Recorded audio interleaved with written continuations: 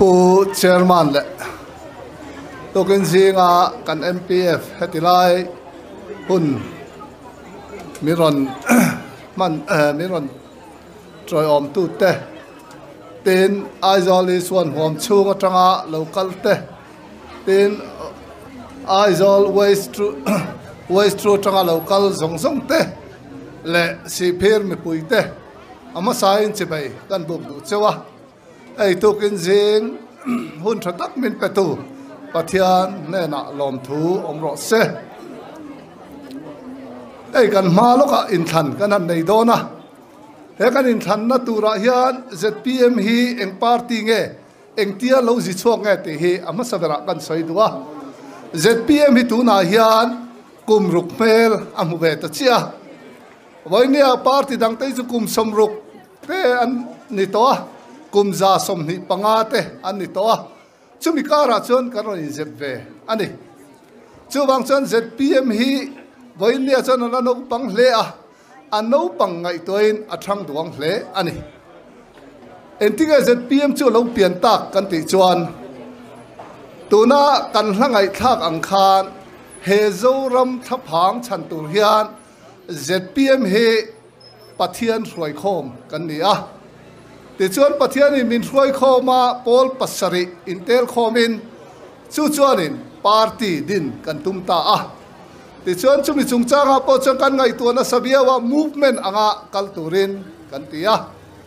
chu tiam chuan kan kal chawa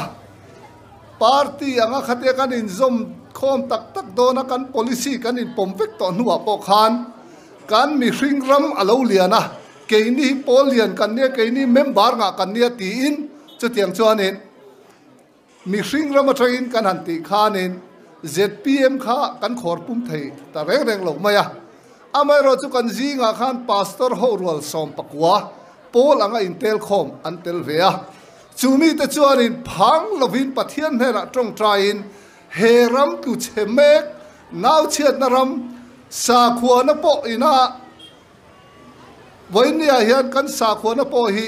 chek sola to naram angmai an ngai na chumi siam thale turata na ron in pe te chuan in tong trai nei na men lovin pathian hen an hlana tiang chuan in kan mi hringram tung ding to lovin ti chuan in tong trai nei in he ZPM hi phuar khom alo ni ta a thui khom alo ni ta chu wang chuan in pathian in he ZPM hi englai mai a tha tham lova a chen chil rena wangin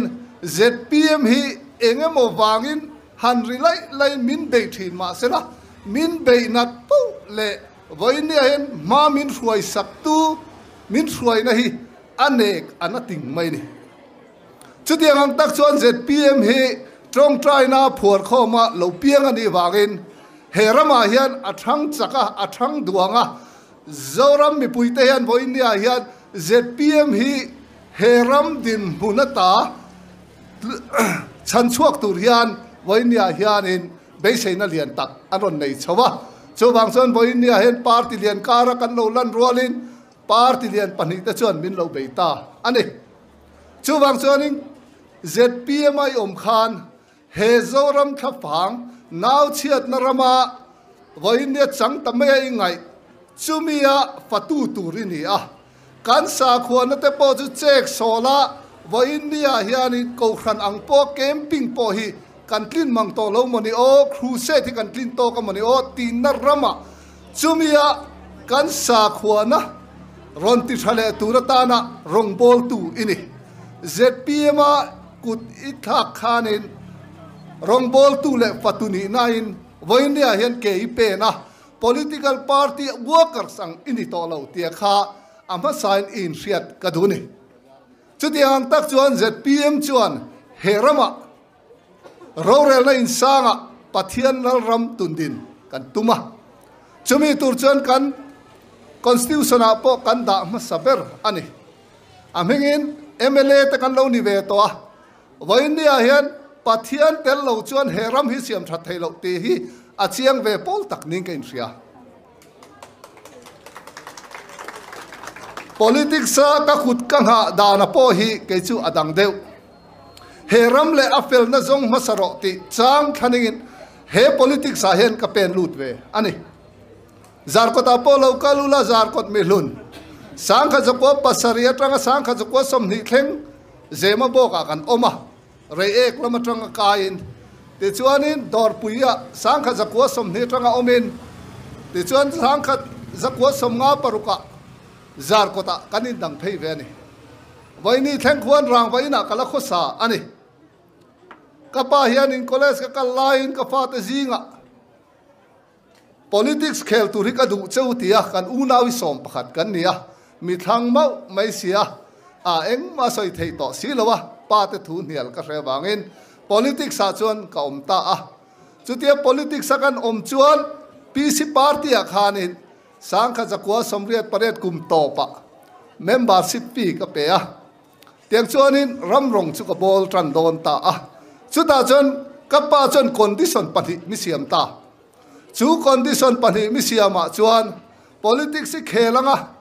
eiru theidin muna ilodin nuwa I eiru ni chuan kanin tui tharang atiani chu chu thutiam pakhat na apani na chuan ka thi nuwa po eiru theidin muna ioma I eiru ni chuan ka than ron to suang che atiani chu chu ka politics tan ani wang hianin eiruk lampang hi keima hi chuan om ve don lo mi eiru te kala it ngai lo eiru don la jangan eiru theyanga a kan eiru ve theyang akwa le akal mang po kan ria e a mai ro chu kapa tharawa wang hian voin ni hi ka thleng ani kala in chir lawa kala lom zel jok ani hei heti lai bial chunga ka tum wang le karon engemo a politics ka khel wanga ron ding kan ni loba heti lai bial chunga po bial vil tur te kan han ruata ti chuan kanan ngai to ni hi thang e kan tia chu tiang kanan ruata chuan kanan ruat ten engemo medical ground ta wangan thei talowa lodin tum ten tiang chuan in na satakin antia chu tianga an kal lai chuan in nomination committee kanan thu kan hanti le ato pa ka ming khat hur bing alo ni ta a ti chuan ka ming hi tarlan ani taringot mai ni ke poen makkatia he biala kalau om chan le he biala kalau din chan ka ngai to hian ke ma lam ni to lovin chunglam ruat ni hen kain hretlat ani chuwang chuanin heti lai bial chunga kan hruai tu te voi khat ma poi ka phone chin lawa ka be pop ngai lawa nomination committee na minti atang chabin ka hretrana ti chuanin ma kan la a ni som nga le panga house visit house to house kan tiang hi ka kal chhuak ani chu ka kal chhuak chung chuanin ram heti lai aizoli suan mi puita din mun hi ka mu chiang hleng ka ria kan development kaldan te kan entry na kong pui engamo alang laya a om na sa a veng tlabik lampang ero chu nu chia ani ni chira kan hun ser mang tu ina asoyang khan miri thaile chum chia farha zok te po herama hian chek solin an om to nuai chia diriam ani to te hi achiang leng ka ria liandawa te unawang mai kha kan ni ta he aizoli swan chunga kan mi puite indin munin har sajia ka en hian ka thin lung hi arum thin ani mun pakhat ka kalna phei chuanin membership fee pek andu ve sia sumpa en lo nei lo bio maya anan zonga cheng som ni chen neya member pakhat tan cheng som kan han tia han pe vek don se chungai na om si lo ka kal puiten kan pek sang cheun tia keimani poisa kan pe don an tia cheng som ni tanga cheng som min an pe te kha karil ru hi khoyani arum voinia hianin miri thei jok te hian kan ram politics a hian ZPM lo hi chu beise an nei ta lo ni na lang ZPM hi voinia hianin miri theile chum chia jok ten beise nan nei ania chuwang chon ZPM ang hian voinia hianin medium kanti ve thiang to lo ni chira soi tu ma sai na soyang khan valu pa council ten medium ang le với nia hết thì live platform kan ao ang hết kan local don ani he bia la yan mamo tam takom với nia si phir kut na thok tu tak tak te hian in thai thar te tun mangin in thar thei talo fertilizer te mamo la tok ma selangin in mu thei to silo aman tawin in lei với nia in thai te ma ta ka thar ve man manzo ka khalin du lai tui a khan pain le le ngai tui a khan pain le le ngai ta chu tui te chuanin an tia ti chuanin man devin han tia với nia mun danga lo thar chuanin in thai thar te kha aret an hiam lu tu ka wangin aret an hiam lu tu ka wangin chu wang chuanin thral lei thei ta lo ani chú địa gang din muna chon tu na hianin he si phir khotlang te poi a om meka chú địa gang tak chon bo India hianin he si phir khotlang hin har satna in ma chon mek ani voinia JMMV kanti jai jai la nge JMMV kanti ate po heng anga te po voinia hen tru face sia in oma tui connection chun pe to cho tui lo la theng lo aizol khapuya po kar khata te kan thia voi khatte kan mu lain voi ni ai tla hianin eng kim chun ron tia ma se ataka mu tur om lo heng te poyan ngai to chiang to in cheve la lui om te hi voi ni he kan pom chu ngai ta chutia nga tranga voi ni hian heti lai tranga kan resource hi kan lak chua kan ti ve ani lo chuanin heti lai bia lian eng lai poi niang nar takin tui in mudon lo achan nga tinge kan ti chuanin khopui point kan in dei to lawa tlong po khu voin ni en tlong hi kum tina thalaya akang dana khu akang nasaviau to ani ale ni thubin ni kum ai khan akang nasato achan chu ke ni flam xml ten chumi chu kan zir chiang to a chu wang chuan tuing na lo om theina turata na tran lak angai zia te po kan soi thin chumi a chuanin kan PH mi thiam ten an zir chian na le voinia anan chin chia dana chuan atlem tun tu chu wang chain khodaya te tui pam tu thatak tak te om heng te po hi lak chua nang ni bik tan te po ti a te chuanin thai te po niang hara tui ten lo nei theina turatan tran lak angai le ani chú tiếng anh tắc chú này, với những anh can soi đủ chú can policy thế mà giống soi cái đủ administration thế hi can hẳn tia, với những anh austerity measure in renchem na can kalpui don, minister tele chief minister ten motor tam tak tak can call thế, cái này chọn chief minister point motor pakhat akolang, ama mo belani chọn rental trangin pek thina niang kanti, minister point motor pakhat chawan niang kanti. Chú tiếng kan kal lo chuan vo India hian kan in enkol na sarkar ka in enkol na asang lu tu ka wang hian vo India hian capital expenditure maso na turatan hian poisa hi atlem le ani chú tiếng ani chuan na sat takin poisa kha hetilam maso na turatan khan alo tam to don ani chú wang chuan heng kanon zor atehi ataka kan kalpui ngal tur ani a chú wang chuan administration chú tiếng chuan kan kal don ani tin lang tlang sarkar ani dona wangin chú lang tlang sarkara chuan eng kim hi ti hian a mu thei vek tong mi pui ma kan chop to don voinia kan contract na te kan han tia contract kan an thoka a tho hun chung tur thasom pariat thasom pangatia kum khat kum nia pon la thok zo lo heng te hian ina kan ram poisa a eida na hi kan fiam le ti chuan a tho hun chung tu ran tho zo thei lo awangin revised estimate an tia a original estimate le ni le thuma a chhota maso na tur dang voin nia hetilai tuin mu thei lo na chan ta kha ani mai thei hemia puitlin thei lo na chan ni mai thei chuwa ga leitra subsidy a man tom zo ka in mu thei lo na kha ni mai thei chú vang chon ke ni ZPM kan sarkar chuan langtlang sarkar kan tianga contractor ten ahun chunga an tho zo thei lawani chuan chumi chu warning boy khat kan penga a warning boy ni na chon kan terminate mi don ahun dik takan ha thok zo thei chawin na an thok to don hei Zorama na boy nia development a har sanalian tak ane hi ke ni chuan atakin puchianga kai ngai ve ani chutiang chuanin voinia hianin heng kan na tho MLA panani emo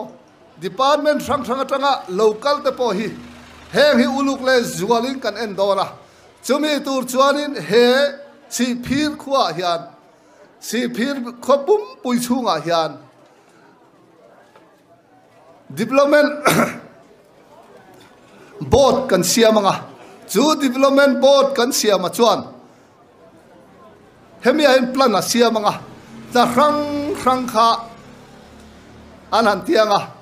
amasal indo dan turin chu ron the lu tanga te chuan chu na chu an thokang chumi endik tur chuanin monitoring committee kan danga NGO satang ten ko rana tang tele party thina train chu kan da don chu chuan endikanga an na tharlo chuan an report ang te chuan sarkarin boy khata khilanga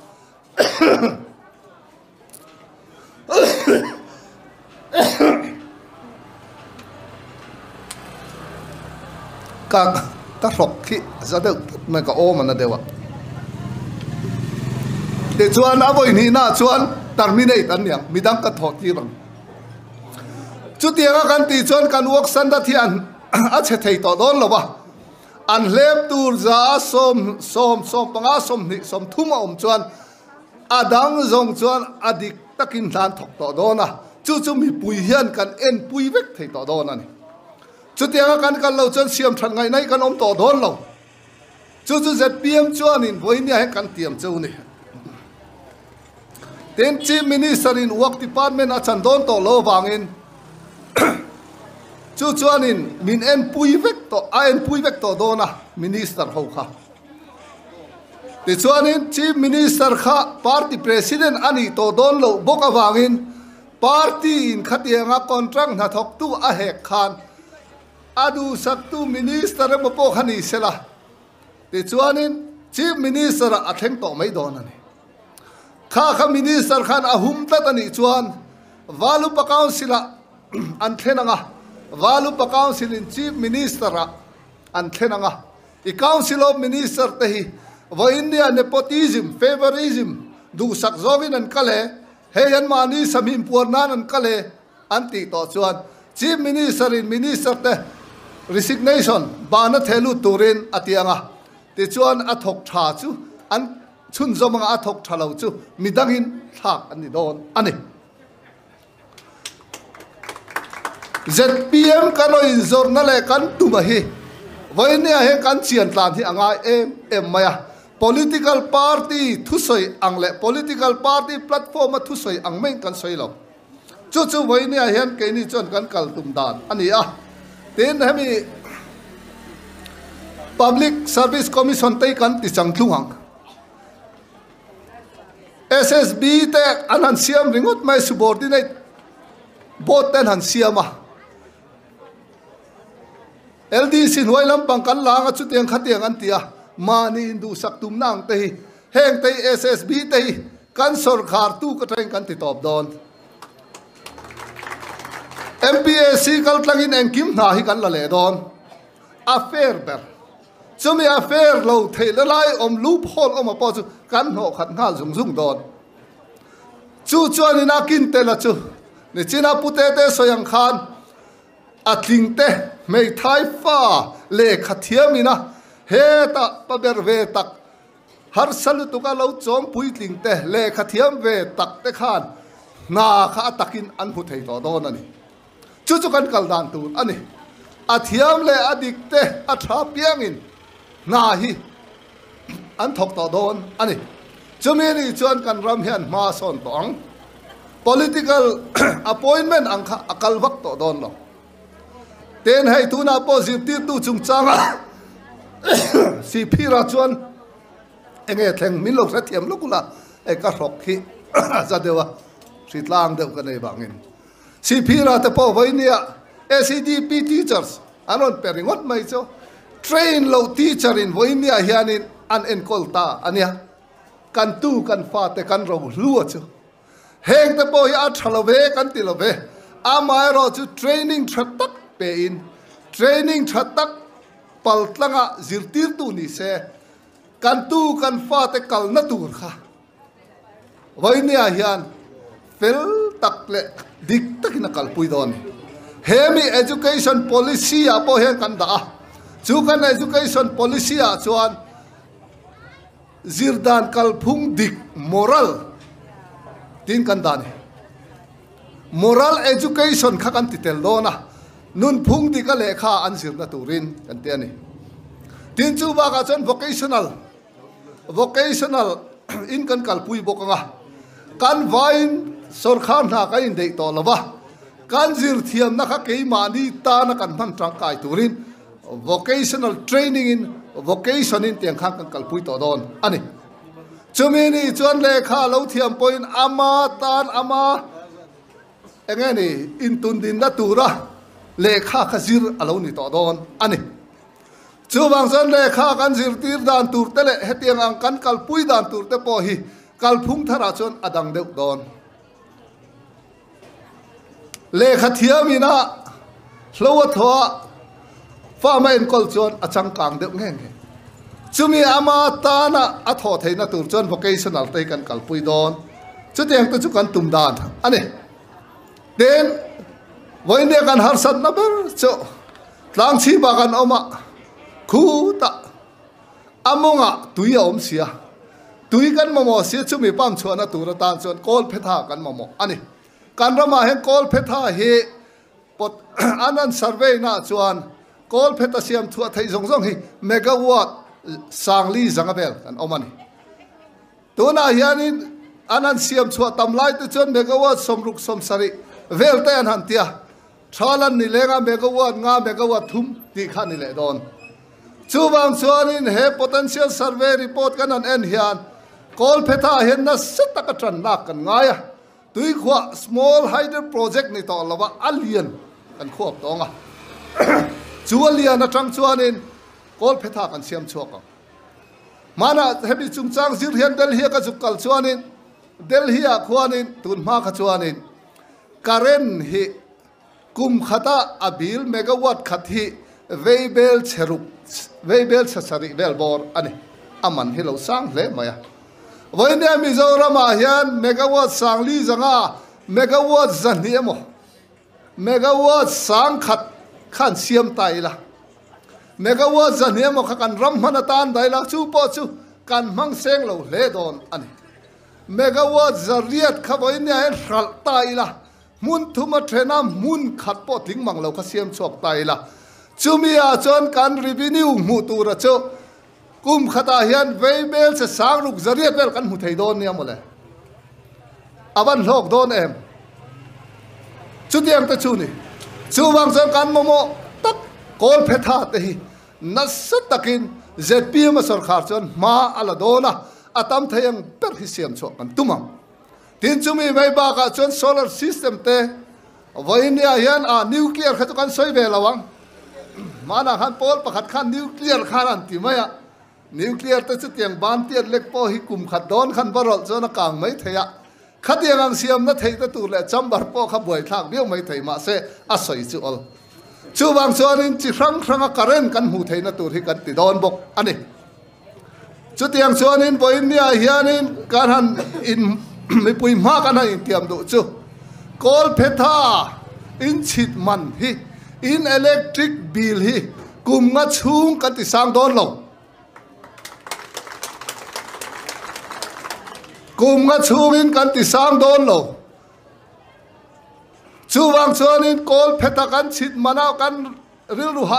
em thin te JRC nan du da nemo Mizoram sarkar ina voinia ACDP sem namoni wanga ati san ang thur thur kan ti ve don lo arab thak ti ro voinia mi pui poisa hi ti hianan party poisa man mia mei na rama he kan om ta engati kan har thei lo le chumi mang thei le khoi thei ni ta chu bai ne kan la in chuang ti ti ni chu le awan rap thak em kan ram he wat lu che na sa em abat lu sop na sa em mi pui poi sa vai nia dik lo taka mang tu te hi vai nia hianin engati nge mo an lain ti theya kholai ten la hoi wa ngam le heng hi chu Christian kan ne kan ti ve tur ani lo ve kan ti ve chi ni lo ve lo ti om tak tur hian vai nia chon kha sum ngai nat na sual tin reng bul kan tia kha vai nia hianin kan sa kho thil poi mo ai hian kan ngai poi mo jok ta em sum tlem te ai ming than na ka du jok tia kha voi nia hen lo theng to em chumi chu theng le tur chon en ting em ma kan la kang le o tu na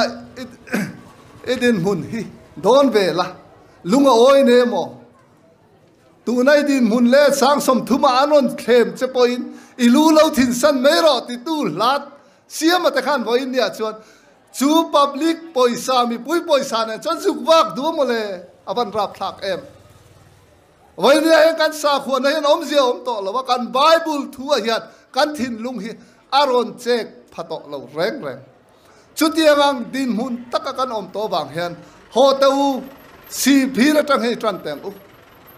man nia ka ria dan phei chon si phira hian sumpai phanga ron ti vakan tuma ma se an kal thuk thei lo wangin thuam pui vel le zema bok vel khu anon uar ta deu antia zuang tui veng mong lampanga ten uar ta deu anti chu chu ni si phir chu in din nai lo la ding hle mai bible ina soi anga bible zia kangin boinia chon in ngai to nai lamang le ti asiat ani chu wang chon chu thu ka ria chon o si phir chu awa ro pui em an mi hring na voinia din hun an ir ve ngoi po ni sela bible kalakal ai chuan lu lo thin san mai kha avaro pui em lalpai namal somang cheuti ka ring ale tam takin arul nge yang cheu chuwang jan si phir mi pui te fak in phu le mai voinia bo hena non tileng hei voinia he scrutiny ti ni nia hetilai common platform tur te pok ha kan han ti talo ania voinia scrutiny zo chuan thothana last day to pui draw la nenga thothana pialam panga tang chuanin MLA candidate Mizoram election 2023 kan ni tak to don ni tu nai za candidate tur kha kan lan ni dewa chuwang chuanin voinia hen ngai to chiang ang u he kan ram kan sob dan le kan enkol dan thei ngai toila he Mizoram aizol khopui kan ti Mizoram te hi nam chitin kan unau te mun rang om te ta na an Jerusalem kul pui ni turin voinia hian kan din thar le ngai ta Jerusalem kul tu cheto tungding turin Nehemia cho nakut le lama ral thom king in ale lamin asiamani chuwang chuanin he kan Jerusalem ko pui kan zofa kan unaute Myanmar lama chon boinia ti du dainan oma Bangladesh ti du dainan om boka ti chon kan chebe state ti du dainan om mek chutiangang zong in an Jerusalem ko pui he aizol ko pui Mizoram hi aloni te theina turin kan kut ding lamin dik na kan kinganga siam thaturing kan kut le lamin na kan thok tur ani chutiang chon voinia in he ram rong hi bol thar leng u he rama hen patu in thar leng u politics kan ti wanga voinia hian kum top don in than dona voinia cha rang tele development ten han ti thar le te hi voinia I rethiam kar teng u arab thak ti ra u anan soi tak voinia saski poisa hetiang lai lo kalang zong te zema boka pheichon an block president in alo pesel mai en tin tak mo peng mo kan tima a work order po mang lo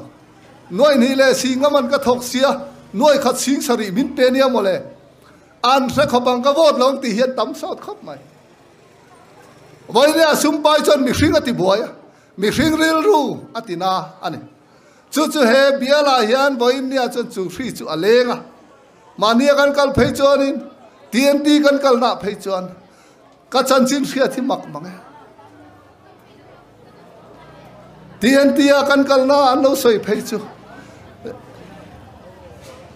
MNF hi voin nia he biala hian kan nge po ni mei to len kan moya chu wang chon TNT te khong ai in min pui ro ti ten phathi la ni chu male a rechiang berandin mun rechiang ber tu hi chu voin nia hian voin nia kan ruling party te ni tlatani chu tiang khop chon voin nia hian kan din mun hi omani an din mun hi a om meka chu wang chon in ke ni ZPM te hian herama sarkar turin sado ministry hi kan siam to a chan chunga tinge kan ti chuan voin nia du portfolio chang to lawin portfolio heta in relate deu in merem deu ho te khatiang khanin kan kalpui to don ani chutiang ang zel chuan voin nia hian he ministry kan siam tura hian kan uluk viau to ani chu sado ministry a chuan en tinge kan kaldon tia chuan hengang hian kan kaldon department rang te po an ha tho dan le an ha tho tur dan uluk takin kan en puyanga chumia chuanin heti zong hian ti hi kan kal dan tur ani kan ram hian voinia chan tui ngai vong a chumi chan tur chuan